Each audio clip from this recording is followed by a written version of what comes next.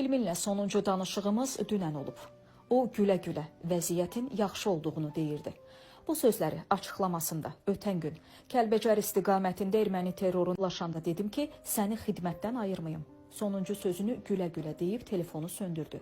Dedi ki, ata, mən şəhid olub gələcəm. Mənimlə fəxr edəcəksən. O bunu deyəndən sonra cavab verməyə söz tapmadım. Dünəndən onun sözləri qulağımda səslənir. Bugün səhər isə şəhid olması xəbərini aldım. Şəhidin əmisi Seymur Əliyev isə Yeni Avaz Koma verdiyi açıqlamada bildirib ki, Elmin görmədiyi kəndini ziyarət etmək arzusu ilə yaşayırdı. Elmin 8 ayın əskəri idi. Hərbi xidmətin işğaldan azad edilən ərazilərdə keçirəcəyi xəbərinə çox sevinib, arzum reallaşır demişdi.